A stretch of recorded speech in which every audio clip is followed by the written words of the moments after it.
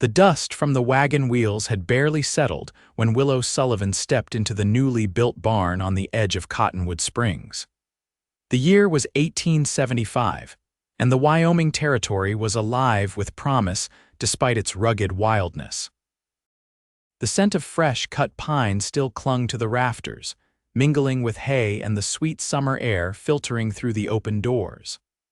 Lanterns hung from posts cast a golden glow across the dirt floor, which had been swept clean for tonight's celebration of the barn raising. Willow smoothed the folds of her cornflower blue dress, the nicest one she owned, reserved for special occasions like this. At 22, she was neither the youngest nor the oldest unmarried woman in the territory, but tonight she felt conspicuously alone. Her father, the town's only doctor, was tending to a patient with a fever in the neighboring settlement, leaving her to arrive at the dance unescorted. The fiddle players had already begun, their bows dancing across strings as couples formed on the makeshift dance floor. Willow made her way to a bench against the wall, nodding politely to acquaintances but not lingering long enough for conversation. She sat, hands folded in her lap, watching the whirl of skirts and boots with a wistful smile that didn't quite reach her eyes. "You look too pretty to be sitting all by yourself, Miss Sullivan." Mrs. Jenkins, the general store owner's wife, patted Willow's shoulder as she passed. "The Jensen boys have been asking about you." "Thank you, Mrs. Jenkins," Willow replied, her smile now polite but firm. The Jensen boys were fine young men, but neither stirred anything in her heart beyond neighborly affection. The night wore on, and Willow remained seated, declining several offers to dance from men she'd known since childhood. It wasn't that she didn't enjoy dancing, quite the contrary. Dancing made her feel alive, connected to the music and the moment in a way few other things did. But tonight, something held her back, a strange feeling of anticipation, as if she were waiting for something or someone she couldn't name. The barn doors opened again, and a hush fell over the crowd as a stranger entered. He was tall, his broad shoulders filling out a black coat that had seen better days but was clean and well kept. His boots were dusty from the road, and he removed his hat as he stepped inside, revealing hair the color of sun-bleached wheat and eyes that seemed to take in every detail of the room at once.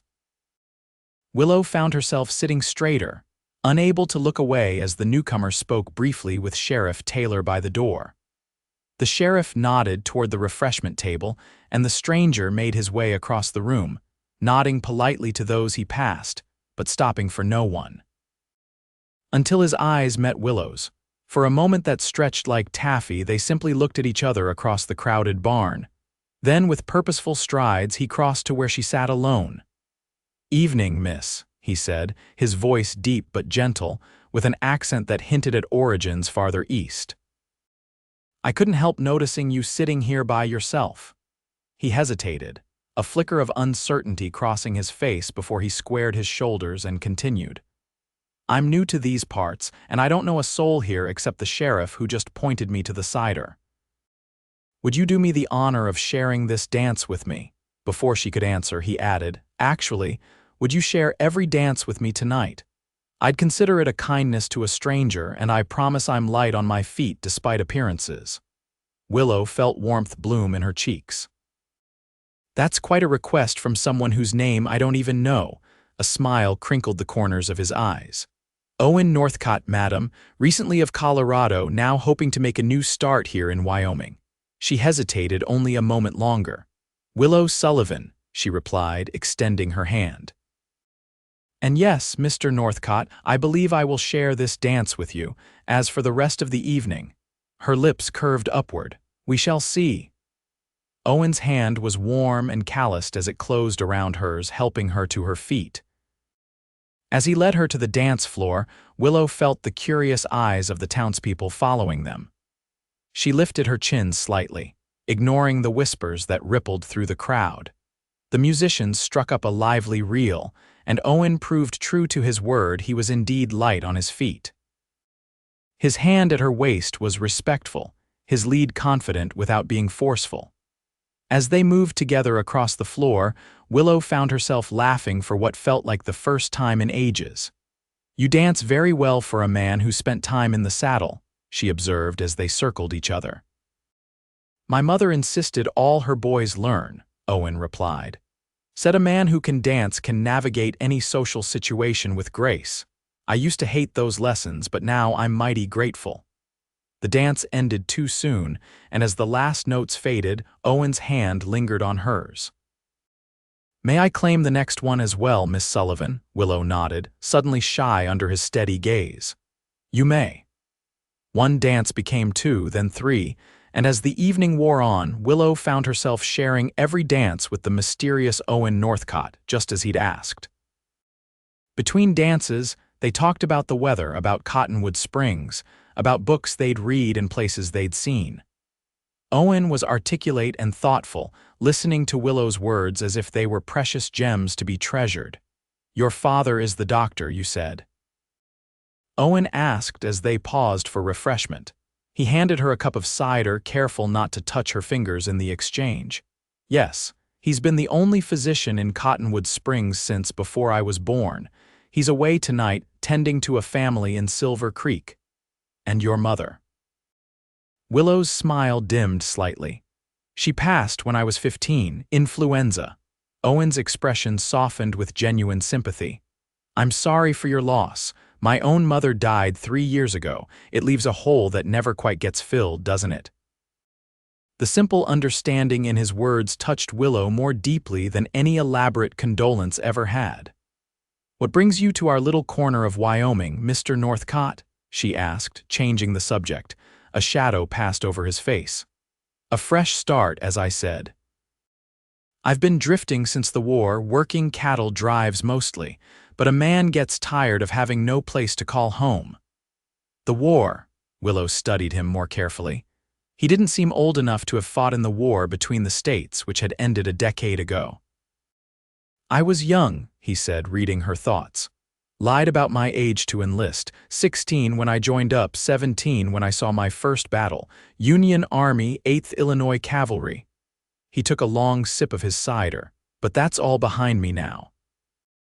The wistful note in his voice made Willow wonder what other stories he carried, what memories haunted him in the quiet hours of the night. "Sheriff Taylor mentioned there might be work at the Sullivan Ranch," Owen continued. "Would that be your family's place?" "My uncle's," Willow clarified. "My father's brother. He's always looking for good hands, especially with Roundup coming." Owen nodded thoughtfully. "I'll ride out there tomorrow then, see if he's hiring."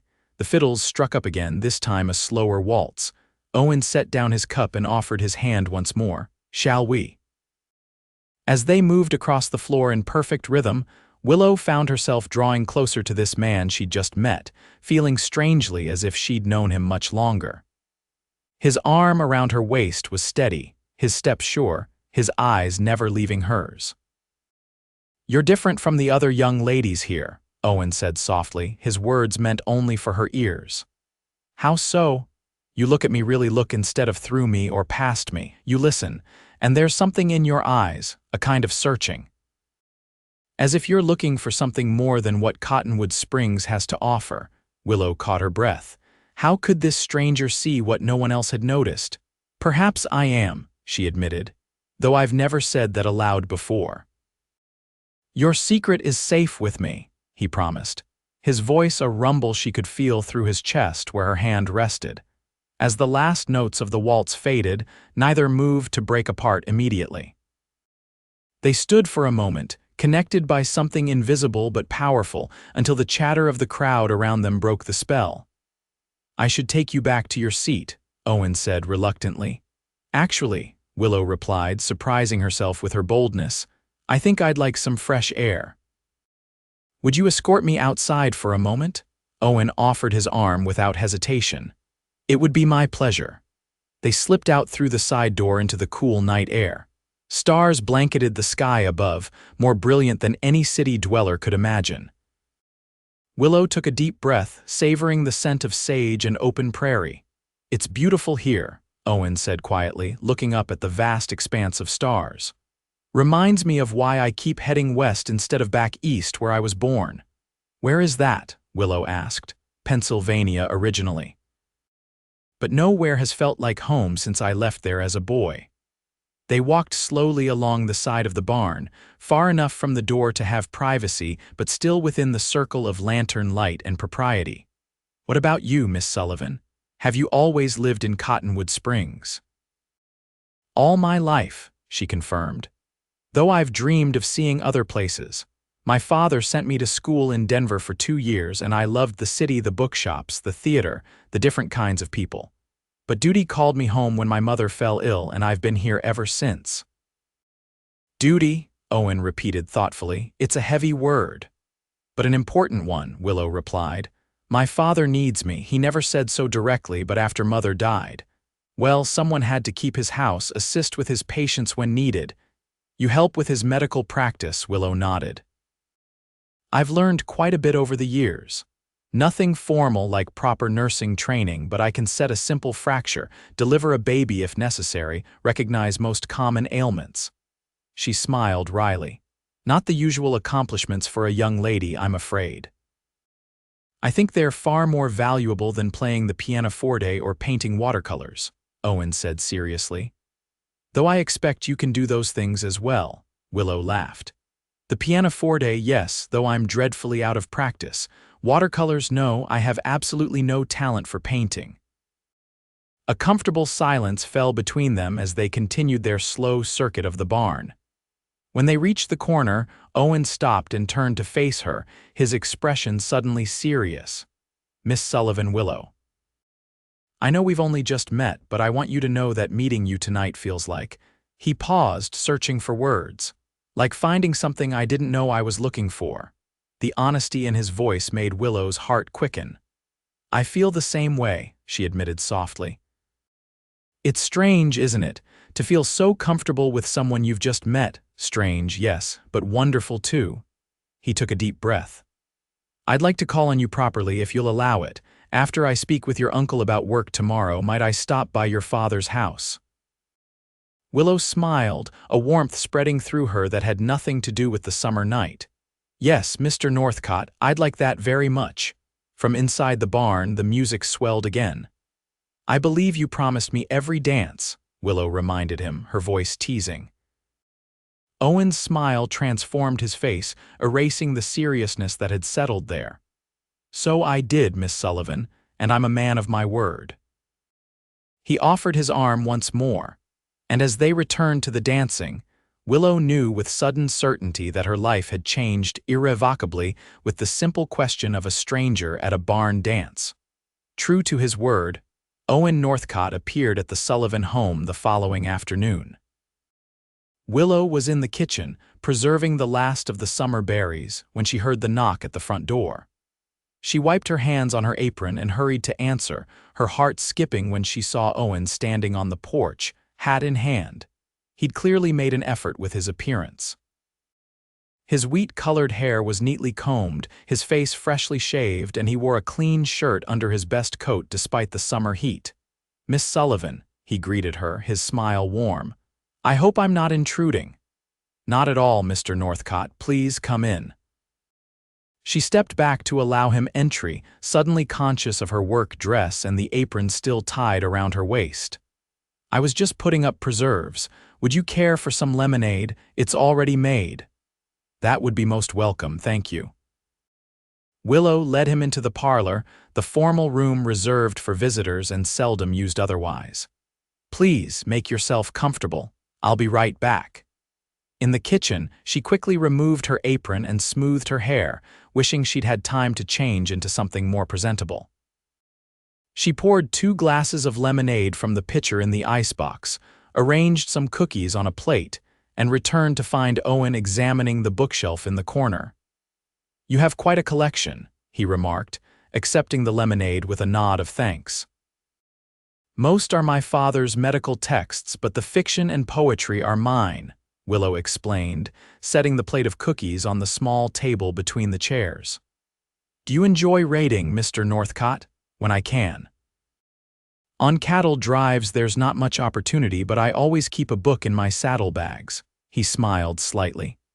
Currently it's The Last of the Mohicans. I've read it before, but good stories bear repeating. That's one of my favorites as well, Willow said, delighted by this shared interest. I admire Cooper's descriptions of the wilderness. They sat, and Willow found herself studying Owen in the clear light of day. He was handsome in a rugged way, with lines at the corners of his eyes that spoke of years squinting against the sun. A small scar bisected his left eyebrow, and his hands, wrapped around the lemonade glass, bore the calluses of hard work. I spoke with your uncle this morning, Owen said after taking a sip of his drink. He's hired me on starting tomorrow. That's wonderful news. Uncle James is fair but expects a full day's work for a day's pay. I wouldn't have it any other way. Owen set his glass down. The ranch is about 5 miles out of town, he said. Far enough that I'll need to bunk there during the week, but close enough that I can ride into town on Saturdays when work allows. His eyes met hers, and the implication was clear. He was already thinking of seeing her on those Saturdays. My father should be home soon, Willow said, feeling a blush rise to her cheeks. He'll want to meet you. I'd like to meet him as well, especially to ask his permission to court you properly. The directness of his statement took Willow's breath away. You don't waste time, do you, Mr. Northcott? Life's too short for wasting time, Miss Sullivan. The war taught me that, if nothing else. His expression grew serious. But if I'm being too forward, please say so. The last thing I want is to make you uncomfortable. Willow considered his words carefully before responding. You're not making me uncomfortable. In fact, I appreciate your honesty. This is all happening very quickly. It is, Owen agreed. And I understand if you need time. I'm not asking for any promises today. Just the chance to get to know you better, to see if what I felt last night, what I think we both felt, is real. The front door opened before Willow could reply, and her father's tired voice called out, Willow, are you home? In the parlor, father, she answered, rising to her feet as Dr. Sullivan appeared in the doorway. Dr. Jonathan Sullivan was a tall man with graying temples and kind eyes that missed very little.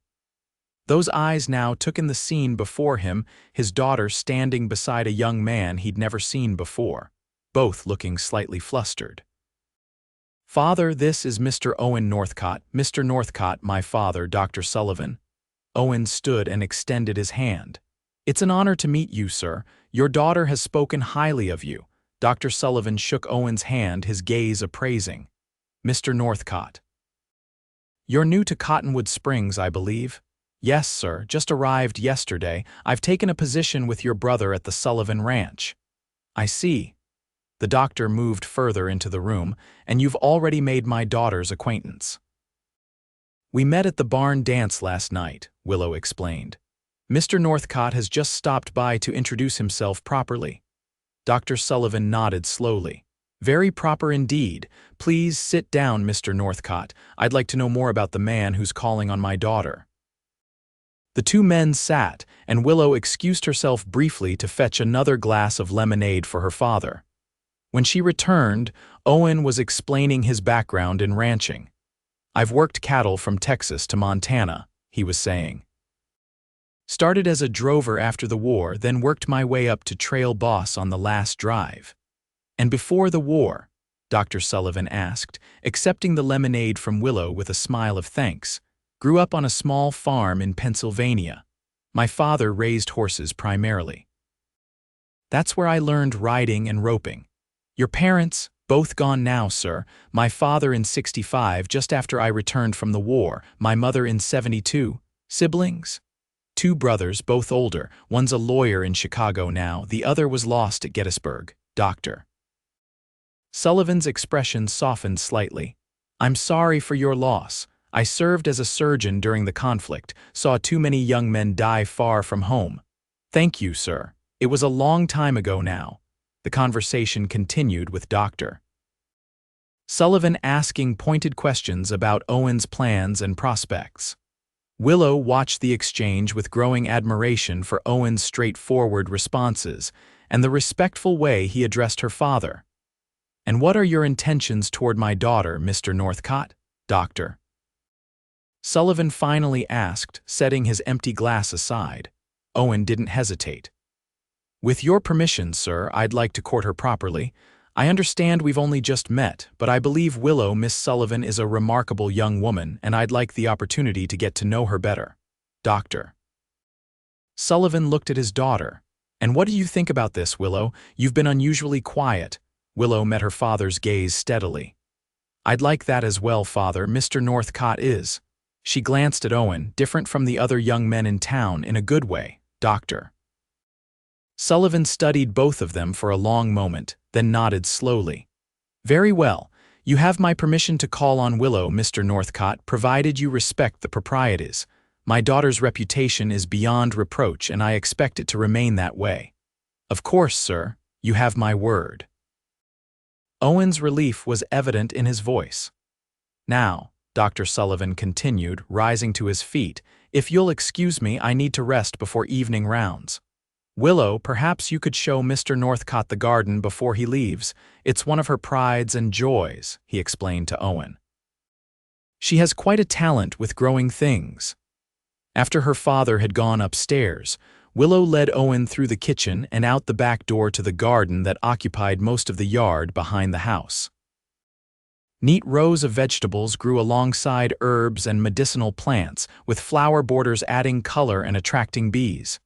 Your father seems like a good man, Owen observed as they walked along the garden path. He is, Willow agreed. Strict at times but fair, and devoted to his patients.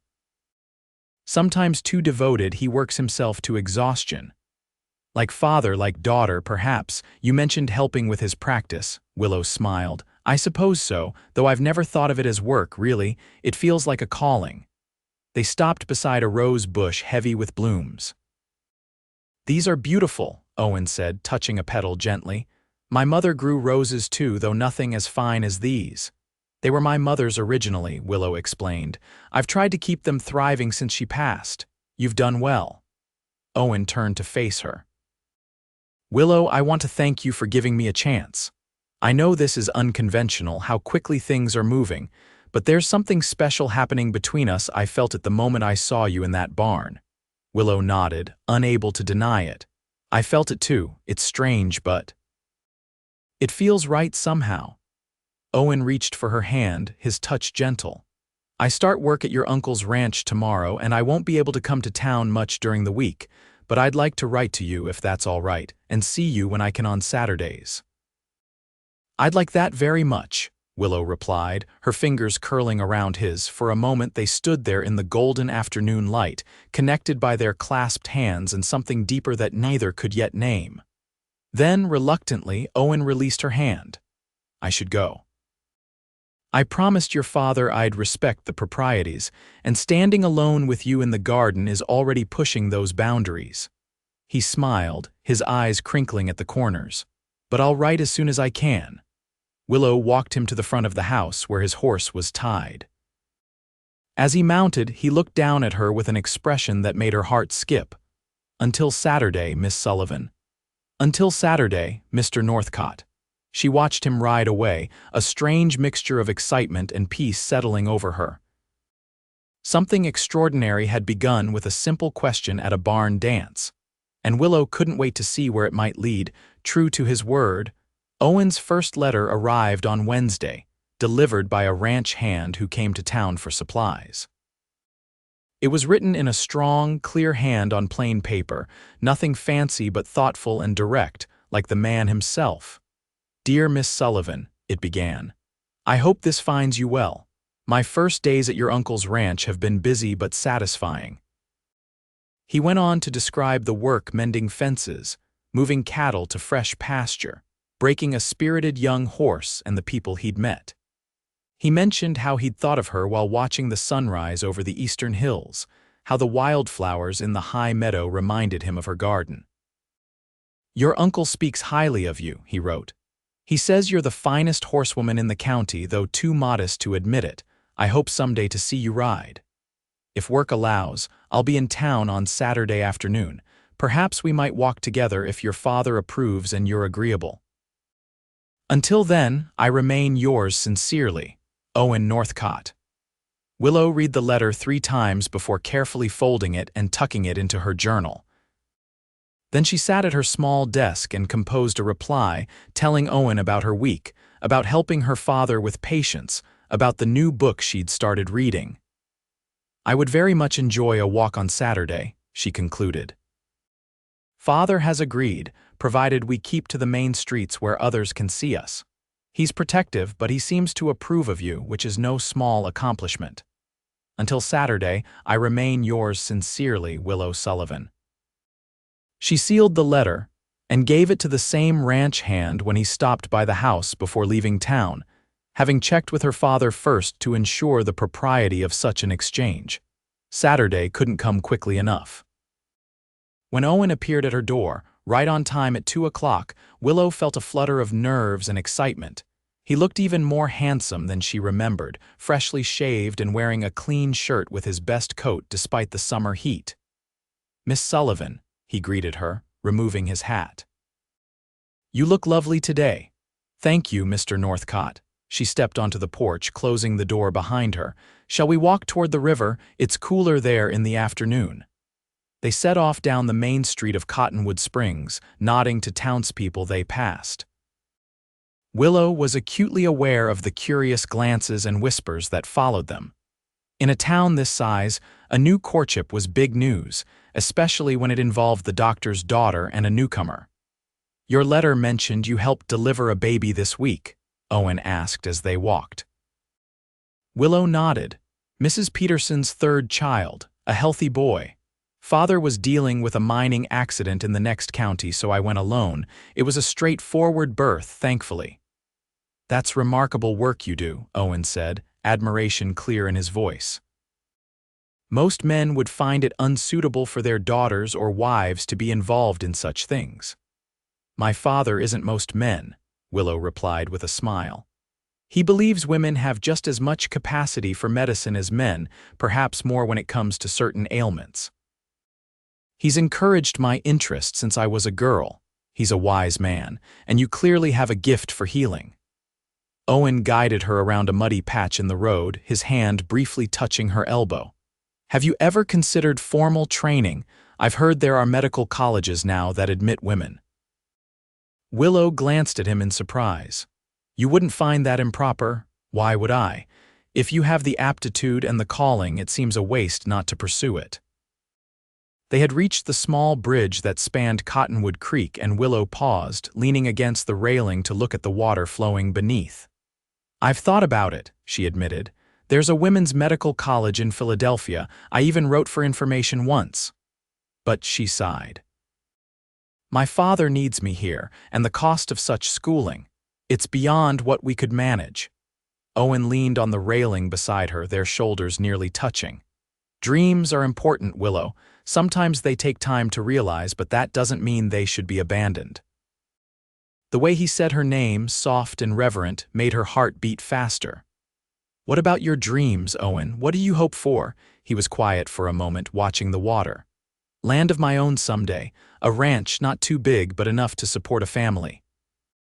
A place to put down roots after years of drifting." He turned to look at her, his eyes serious. "Someone to share it with." The implication hung in the air between them, too new to acknowledge directly but impossible to ignore. "I think that's a fine dream," Willow said softly. They continued their walk, the conversation turning to lighter topics, books they'd both read, memories of childhood adventures, stories about the characters in town.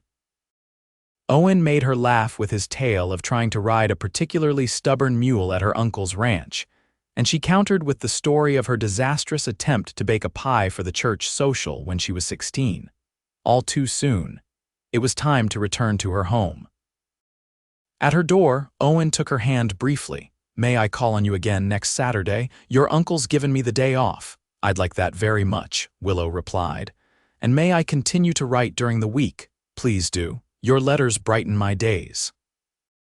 Owen smiled, a warmth in his eyes that made Willow's breath catch. "Until Saturday, then, and in my letters before."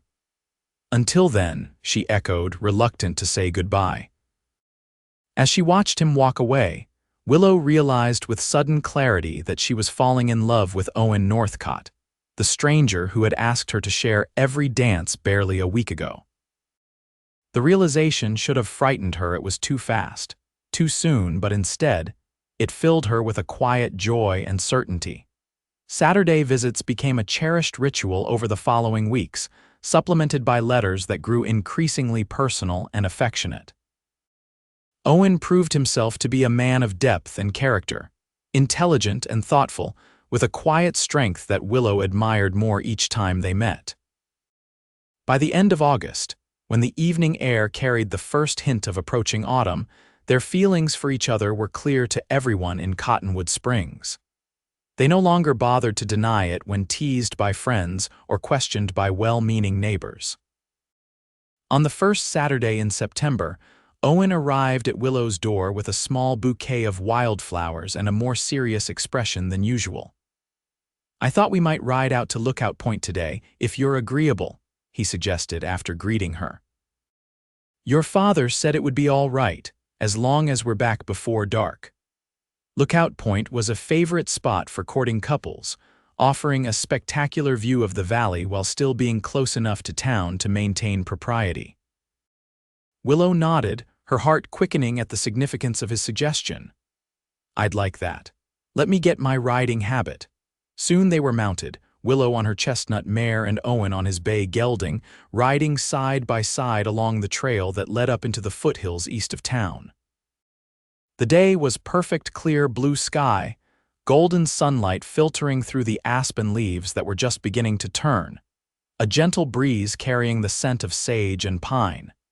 They reached Lookout Point in the early afternoon and dismounted, tethering their horses to a nearby tree.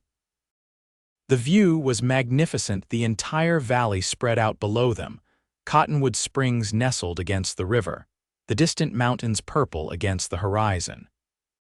Owen spread his coat on a flat rock for Willow to sit on, then joined her, maintaining a respectful distance but close enough that their hands could touch if they wished.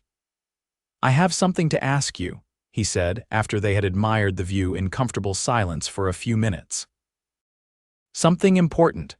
Willow turned to look at him, her pulse quickening at the seriousness in his voice. "Yes." Owen took a deep breath. "Your uncle has offered me a permanent position as his foreman. Peterson's retiring at the end of the month, and he says I've proven myself these past weeks." "Owen, that's wonderful," Willow exclaimed. "Uncle James doesn't offer such positions lightly. He must think very highly of you." "It's a good opportunity," Owen agreed. "More responsibility, better pay, and—" He hesitated, then continued, "There's a small cabin that comes with the position. Nothing fancy, just 2 rooms and a lean-to kitchen, but sound and weathertight. Room enough for a man to start a family." Willow's breath caught as she understood the direction of his words. "Willow Sullivan," Owen continued, taking her hand in his. "I know we've known each other only a short time, but I've never been more certain of anything in my life. I love you. I think I started falling in love with you the moment I saw you sitting alone at that barn dance." He reached into his pocket with his free hand and withdrew a small object, a ring, simple but beautiful, with a single pearl set in gold. "This was my mother's," he explained. "She gave it to me before she died, said to save it for the woman who captured my heart." His eyes, earnest and vulnerable, met hers. "Would you do me the honor of becoming my wife?" Tears welled in Willow's eyes as joy bloomed in her chest. "Yes," she whispered, then louder. "Yes, Owen, I will marry you." His face transformed with happiness as he slipped the ring onto her finger. It fit perfectly, as if it had been made for her. "I love you, Willow Sullivan," he said, his voice husky with emotion. "And I love you, Owen Northcott," she replied, meaning it with her whole heart. He leaned forward slowly, giving her time to pull away if she wished, but Willow met him halfway. Their first kiss was gentle and sweet, a promise exchanged without words. When they finally drew apart, both were smiling too broadly to speak for a moment. "I spoke with your father yesterday," Owen said, still holding her hand. "Asked for his blessing. He made me promise to wait until spring for the wedding to give us time to be certain, but he gave his approval." "Spring is perfect," Willow agreed. "That gives us time to prepare properly, and for you to get settled in your new position." They sat together on the rock, hands entwined, planning their future as the sun began its descent toward the western mountains. They spoke of the cabin and how they would make it a home, of the life they would build together, of dreams they each held that now seemed possible to share. As the shadows lengthened, they reluctantly mounted their horses for the ride back to town, both knowing that life had irrevocably changed for the better, because Owen Northcott had crossed a crowded barn to ask a simple question of a woman sitting alone. The news of their engagement spread quickly through Cottonwood Springs. Most reactions were positive congratulations, well wishes, offers of help with wedding preparations. A few expressed concern about the speed of the courtship, but Willow and Owen paid little heed to the doubters. They knew what they had found in each other was rare and precious. The autumn days grew shorter, the nights cooler. Owen threw himself into his new duties as foreman, earning the respect of the other hands with his fair treatment and willingness to work alongside them on any task. In his spare time, he worked on improving the cabin that would become their home, adding a proper porch, reinforcing the roof, building furniture with his own hands. Willow continued to assist her father with his practice while preparing for her new life. She sewed linens for their home, collected recipes, and learned all she could from Mrs. Peterson about managing a ranch household. On Saturdays, Owen would take her to see the progress on the cabin, and together they would plan where each piece of furniture would go, how they would arrange their modest belongings to create a home that reflected both of them. As winter settled over Wyoming Territory, bringing snow and bitter cold, their courtship deepened. They discovered each other's flaws as well as strengths: Owen's occasional stubbornness, Willow's tendency to worry too much, both of their quick tempers that could flare and subside just as rapidly. But each disagreement only strengthened their bond as they learned to communicate, to compromise, to understand each other better. Christmas came, bringing with it a brief thaw in the weather and festive gatherings that gave them more opportunities to be together. At the church social on Christmas Eve, Owen presented Willow with a gift: a beautiful leather-bound medical reference book he'd ordered from Denver. "For when you have questions your father isn't around to answer," he explained as she ran her fingers reverently over the embossed cover. "I know how important your healing work is to you." Willow blinked back tears at his thoughtfulness. "Owen, it's perfect, thank you." She handed him a package, in return a handsome wool scarf she'd knitted during the long winter evenings, in a deep blue that matched his eyes. He wrapped it around his neck immediately, despite the warmth of the church hall. "Now I'll think of you every time I wear it," he said, kissing her cheek discreetly when no one was looking. January brought blizzards that isolated the ranch for weeks at a time. Letters became their primary connection, carried by whoever could make the journey between the ranch and town when the weather allowed. Willow saved everyone, rereading them on the coldest nights when she missed Owen most acutely. February arrived with more snow, but also with the first faint promise of spring on the horizon. The wedding was set for April, when the weather would be reliable enough for travel, but before the busiest season of ranching began. On the third Saturday in February, Owen arrived in town looking troubled. When he and Willow took their customary walk, bundled against the cold, she immediately sensed something was wrong. "What is it?" she asked as they reached the relative privacy of the river path. "Has something happened at the ranch?" Owen sighed, his breath forming a cloud in the cold air. "Your uncle received a letter yesterday from a man named James Blackwell in Colorado." Willow felt a chill that had nothing to do with the winter day. "Who is he?" Owen's jaw tightened. "Someone from my past, someone I hoped never to hear from again." He stopped walking and turned to face her. "Willow, there are things about me you don't know, things I should have told you before now." Fear clutched at her heart. "Tell me now," she said quietly. Owen nodded, gesturing to a bench that had been cleared of snow. When they were seated, he began his story. "After the war, I was lost, angry. So many of my friends had died, including my brother. I drifted west, taking whatever work I could find. In Colorado, I fell in with a bad crowd, men who were bitter about the war's outcome, men who thought the rules didn't apply to them anymore. He stared at his gloved hands, unable to meet her eyes. I never told you exactly what I did in Colorado before coming here. The truth is, I rode with James Blackwell's gang for nearly a year. We rustled cattle, robbed stagecoaches. I'm not proud of it, Willow. I was the youngest, easily influenced, but that's no excuse. I knew right from wrong.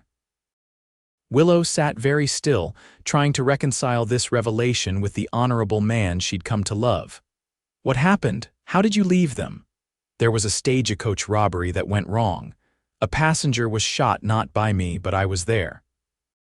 When I saw that man bleeding in the dust, something broke inside me. I realized what I'd become, how far I'd strayed from everything my parents taught me. Owen's voice was raw with remembered pain. I left that night, rode north, and never looked back. Changed my name, Northcott was my mother's maiden name, and tried to become the man I should have been all along. He finally looked up, his eyes filled with remorse and fear. I should have told you all this before asking you to marry me. I'll understand if you want nothing more to do with me. Willow was quiet for a long moment, processing what she'd heard. Part of her was hurt by his deception, angry that he'd kept such a significant truth from her. But another part, the part that had come to know Owen's character over these months, understood why he'd been afraid to reveal this chapter of his past. "What does Blackwell want?" she finally asked. "According to the letter, he's being released from prison next month. He's looking for his old gang members. Says he has unfinished business with me specifically since I left without warning and took my share of their earnings." Owen's mouth twisted bitterly at the word. "Your uncle showed me the letter because it mentioned me by my real name, Owen Nesbitt, and described me well enough that he recognized who it meant." "Does my uncle know everything?" Owen nodded. "I told him the whole truth after reading the letter. Said I'd leave immediately if he wanted to protect the ranch from any trouble. And, he said, a man shouldn't be judged forever by his worst mistakes, especially ones he's tried to make right. Said he still wants me as his foreman." Owen shook his head in wonder. "He's a good man, your uncle." "Better than I deserve." Willow reached for Owen's hand, holding it tightly between both of hers. "What are you going to do?" "Face whatever comes," he replied firmly. "I've been running from my past for too long, but Willow." His voice softened. "I won't hold you to our engagement. If you want to break it off after learning what kind of man I really am, I'll understand." "Is that what you think?" Willow asked, a hint of steel entering her voice. "That this revelation changes who you really are? Owen, I've seen who you really are every day for months. You're the man who works from sunrise to sunset without complaint, who treats every person with respect regardless of their station, who reads poetry by lamplight and still sends half his wages to his brother's widow in Chicago." She reached up to touch his face, turning it toward her. "You're the man I fell in love with, and yes, you made terrible mistakes in your past, but you've been trying to atone for them ever since. That counts for something, for a great deal, in fact." Hope flickered in Owen's eyes. "You still want to marry me, even knowing this?" "I want to marry you," Willow confirmed. "But no more secrets, Owen. Promise me that."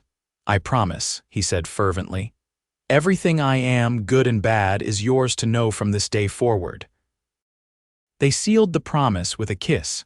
They're in the winter stillness by the frozen river, their hearts lighter for having weathered this first real test of their love. The threat from Blackwell hung over them in the weeks that followed. Sheriff Taylor was informed of the situation. Extra precautions were taken at the ranch, and Owen never went anywhere unarmed. But February passed into March with no sign of trouble. Then, on the first truly warm day of spring, as Willow was walking home from visiting a patient on the edge of town, a stranger stepped out from between two buildings, blocking her path. He was a big man with a face scarred by smallpox and cold eyes that assessed her with calculating interest.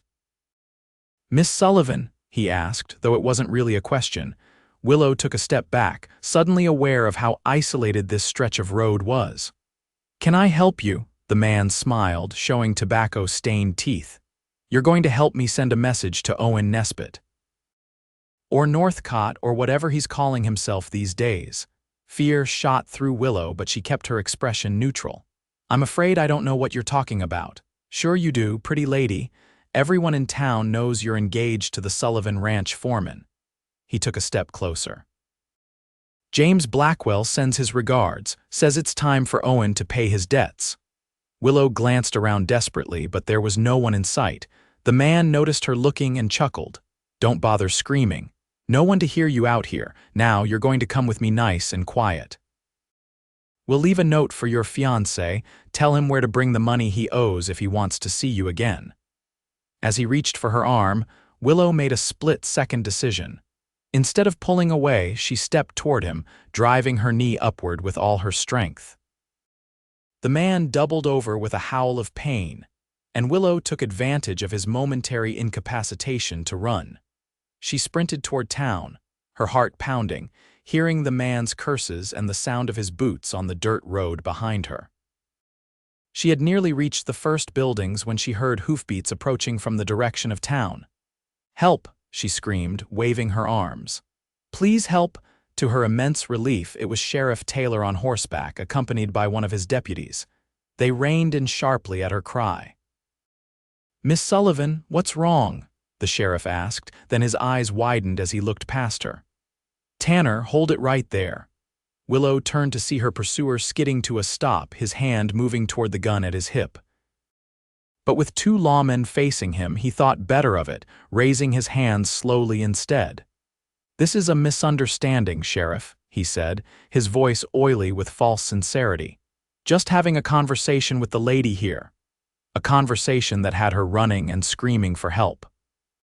Sheriff Taylor dismounted, keeping his gun trained on the man.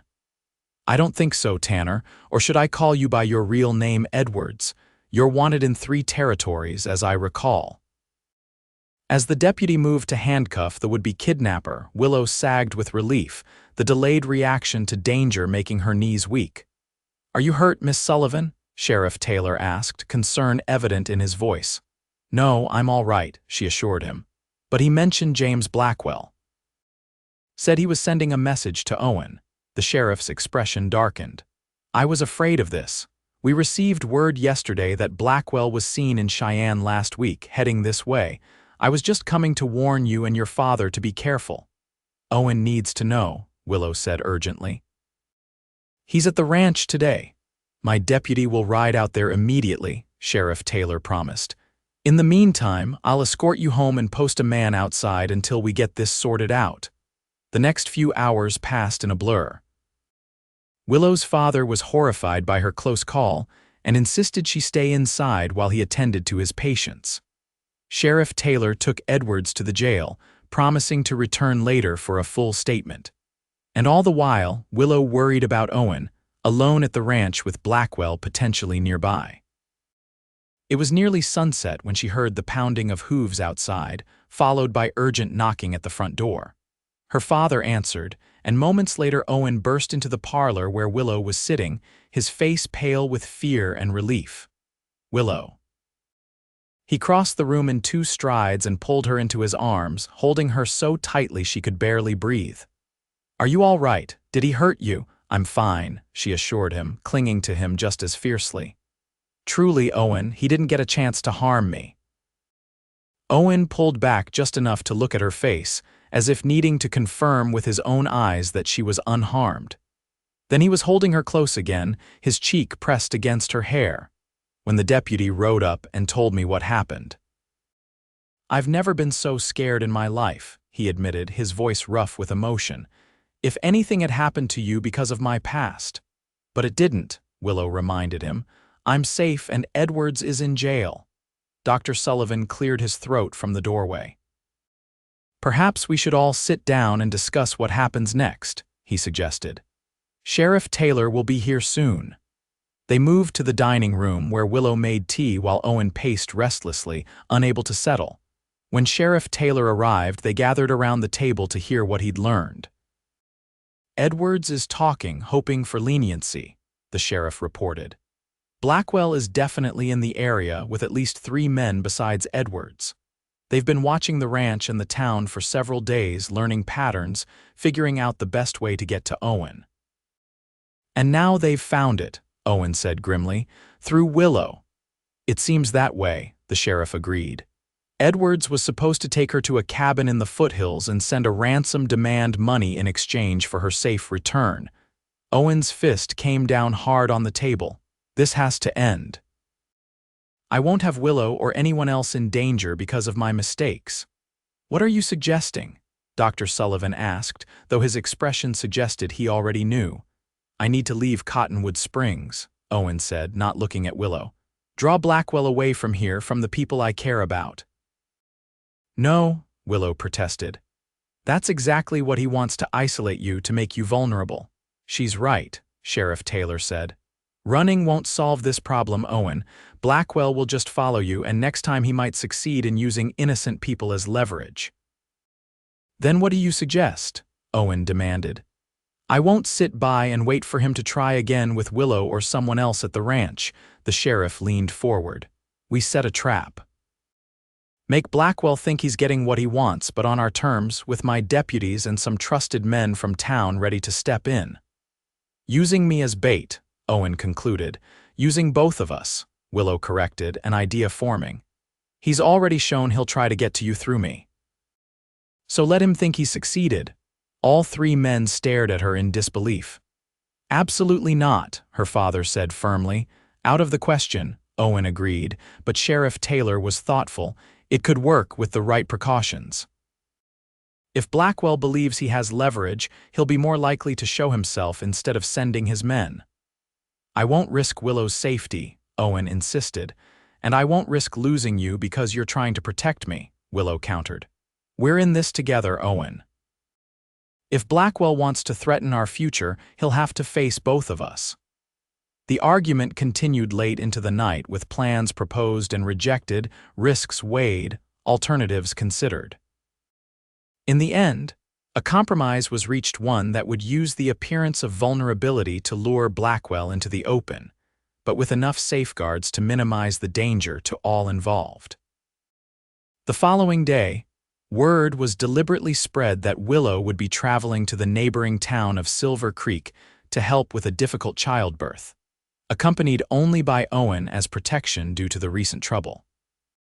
In reality, the journey would be a carefully orchestrated deception, with Sheriff Taylor and his deputies hidden along the route, ready to intervene when Blackwell made his move. The plan was risky, but with Edwards in custody and the element of surprise on their side, it offered the best chance of ending the threat once and for all. The morning of the trap dawned clear and mild, a perfect spring day that belied the tension gripping everyone involved. Willow dressed in her usual traveling clothes, a practical riding skirt and jacket, but with her father's revolver hidden in a special pocket Owen had sewn into the jacket's lining. You remember how to use it, Doctor? Sullivan asked as he helped her into the wagon that would take them to the edge of town, where they would switch to horses for the journey. Yes, Father, Willow assured him, though she fervently hoped it wouldn't be necessary. The revolver was a last resort, a precaution in case everything else failed. Owen was waiting at the designated spot, already mounted, leading Willow's mare. His face was grim with determination and worry. "You don't have to do this," he said quietly as he helped her mount. "I could still leave, draw them away from here." Willow shook her head. "We've been through this, Owen. This ends today one way or another, together." He held her gaze for a long moment, then nodded. Together. They set off along the road to Silver Creek, maintaining a leisurely pace as if they had no concerns beyond reaching their destination by nightfall. Sheriff Taylor and his men had ridden out hours earlier, positioning themselves at strategic points along the route where an ambush was most likely. For the first hour, nothing happened. They talked easily, playing their roles as an engaged couple making a routine journey, but both were hyper-aware of their surroundings, noting every unusual sound or movement. It was approaching midday when Owen suddenly tensed, his hand moving imperceptibly toward his gun. "Riders coming," he murmured, just loud enough for Willow to hear.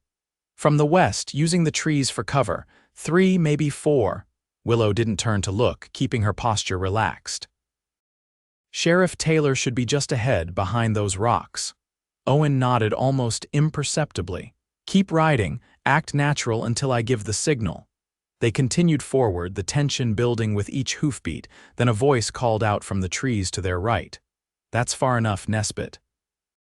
4 riders emerged from the cover of the pines, spreading out to block the road ahead. The man in the center was older than Willow had expected, perhaps in his 50s, with silver-streaked dark hair and a face deeply lined by weather and hard living. His eyes, however, were sharp and cold as he studied them. James Blackwell, I presume, Owen said calmly, reining in his horse. Willow stopped beside him, her heart pounding but her exterior composed.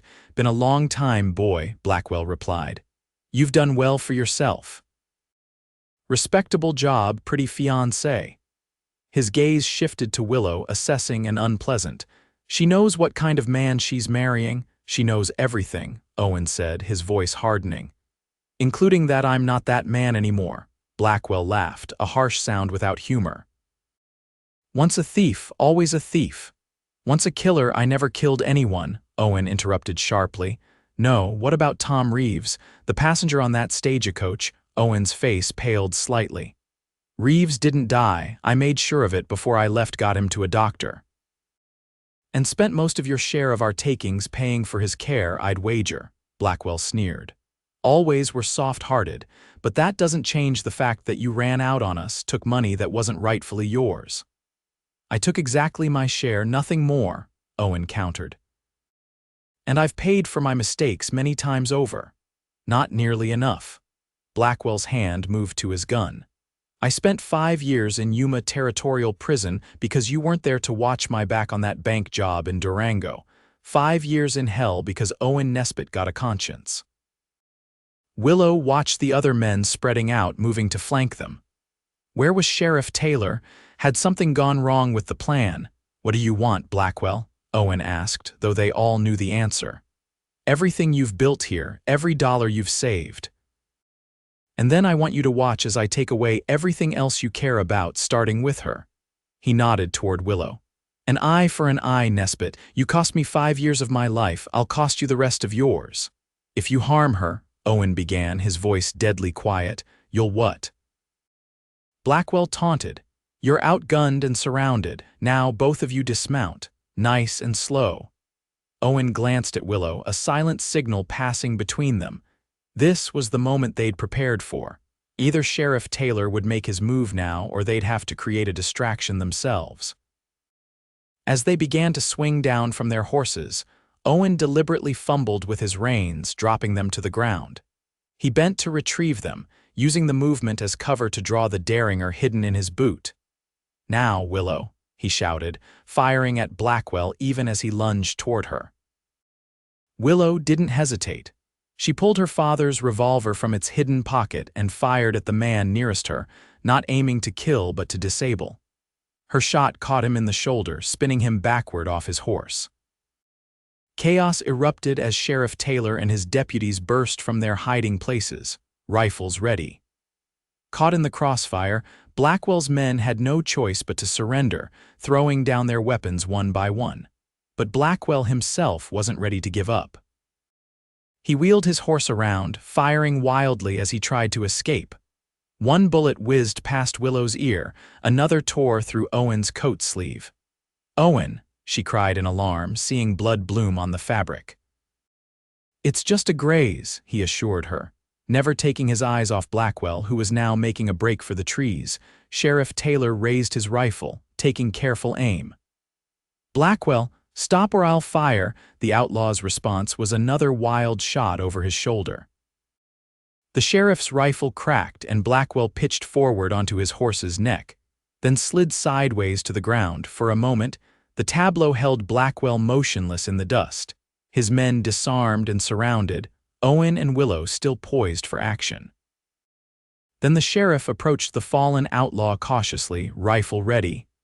He's alive, he called after checking. Shot in the back, though, needs a doctor. Willow was already dismounting, medical instincts taking over despite the circumstances. "I can help until we get him to town," she said, moving toward the injured man. Owen caught her arm. "Willow, he just tried to kill us both." She met his eyes steadily.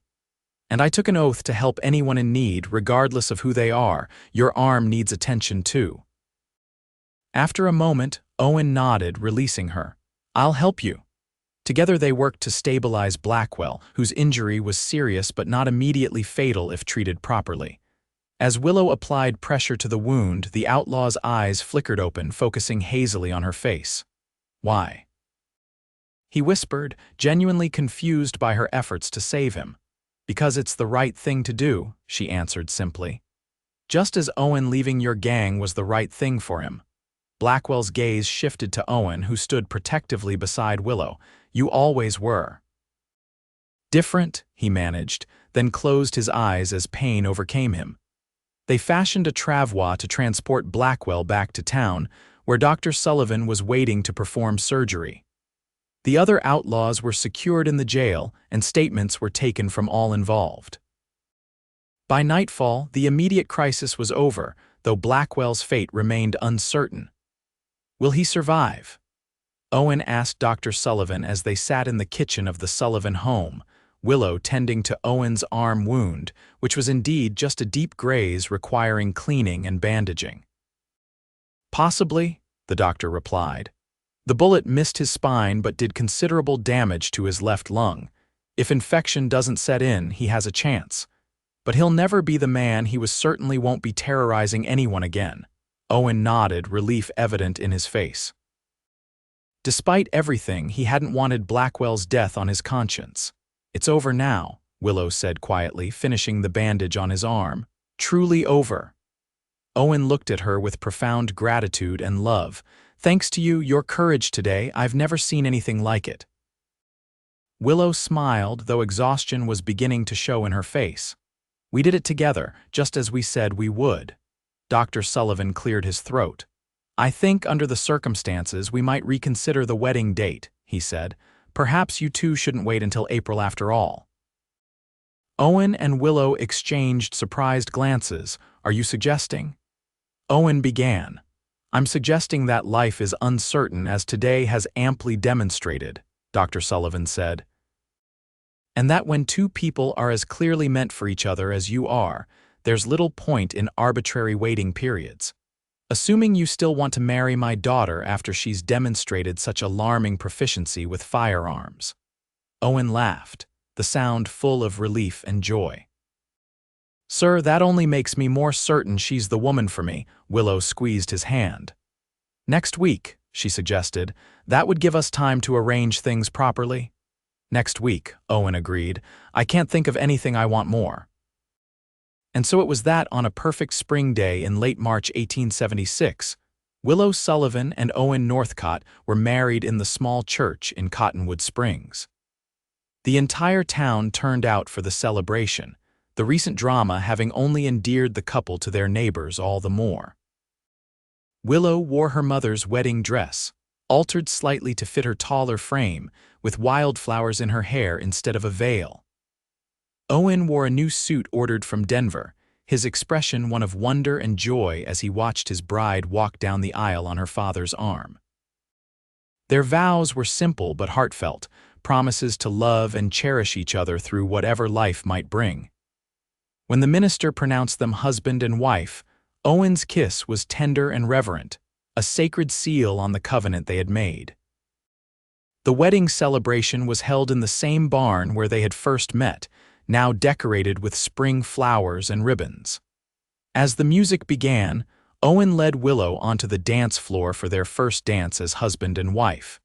"Do you remember what I asked you that night?" he murmured as they moved together to the gentle melody. Willow smiled up at him, her eyes shining with happiness. "You asked if I would share every dance with you, and now I'm asking if you'll share every day with me for the rest of our lives."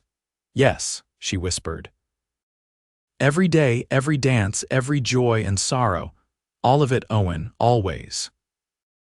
As they danced beneath the rafters where their story had begun, surrounded by friends and family, Both knew that whatever challenges the future might hold, they would face them together just as they had faced the shadows of the past.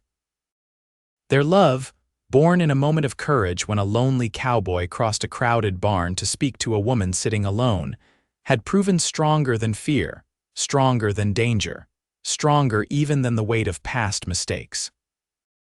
And in that strength, they had found not just love, but redemption and the promise of a future brighter than either had dared to dream. 5 years later, on a warm summer evening, Owen stood on the porch of their home, watching as Willow played with their children in the yard. Their daughter, Emma, now 3, was chasing butterflies while their 1-year-old son, Thomas, sat contentedly in his mother's lap, reaching for the wildflowers she was weaving into a crown. The small cabin that had come with Owen's position as foreman had been expanded over the years, a proper bedroom added for the children, the kitchen enlarged, a covered porch wrapped around the front where they could sit on summer evenings and watch the sunset over the mountains. Owen's work as foreman had prospered. Under his management, the Sullivan Ranch had nearly doubled in size and productivity. Last month, James Sullivan had offered Owen a partnership in the ranch, recognition of his hard work and dedication, and an investment in the future. Willow's life had changed too. With Owen's encouragement, she had pursued her interest in medicine, studying through correspondence courses with a women's medical college back east. She still assisted her father, whose practice had grown to include a small hospital in town, and had gained a reputation as a skilled midwife throughout the county. The scandal that had surrounded them during the Blackwell incident had long since faded, replaced by respect for how they had handled the crisis. Blackwell himself had survived his injury but was permanently weakened, serving a reduced sentence in the territorial prison due to his condition. The others in his gang had received longer terms, ensuring that they would never threaten Cottonwood Springs again. As Owen watched his family, contentment washed over him. The life they had built together was richer and more fulfilling than anything he could have imagined that night at the barn dance when he'd first seen Willow sitting alone. He walked across the yard to join them, scooping up Emma as she ran to meet him. "Papa, look at the flowers Mama made." "They're beautiful, sweetheart," he said, settling beside Willow with their daughter in his lap. "Almost as beautiful as the ladies wearing them." Willow smiled at him, the same smile that had captivated him 5 years ago, now deepened by shared experiences and the daily joy of building a life together. "Emma, why don't you make a crown for your father too?" "Can I, Papa?" the little girl asked eagerly. "Of course you can," Owen agreed, setting her down to gather more flowers. As Emma darted about the yard, Owen slipped his arm around Willow's shoulders. "Happy?" he asked softly. She leaned into him, their son nestled between them. "Completely, you, more than I ever thought possible." He pressed a kiss to her temple. "Do you ever think about that night, the barn dance?" "Often," Willow admitted. "How different our lives might have been if you hadn't asked me to dance or if I'd said no." "I'm glad you said yes," Owen murmured. "To that dance and to every question I've asked since." "As am I," Willow replied, turning to meet his lips in a gentle kiss. "As am I." Their moment was interrupted by Emma's return, arms full of wildflowers ready to be transformed into a crown for her father. As Owen bent his head to receive her creation, he caught Willow's eye and they shared a smile of perfect understanding. From the simple question asked across a crowded barn dance to the complex, beautiful life they now shared, every step of their journey had led them here, to this moment of quiet joy, surrounded by the family they had created together. And in their hearts, they were still dancing.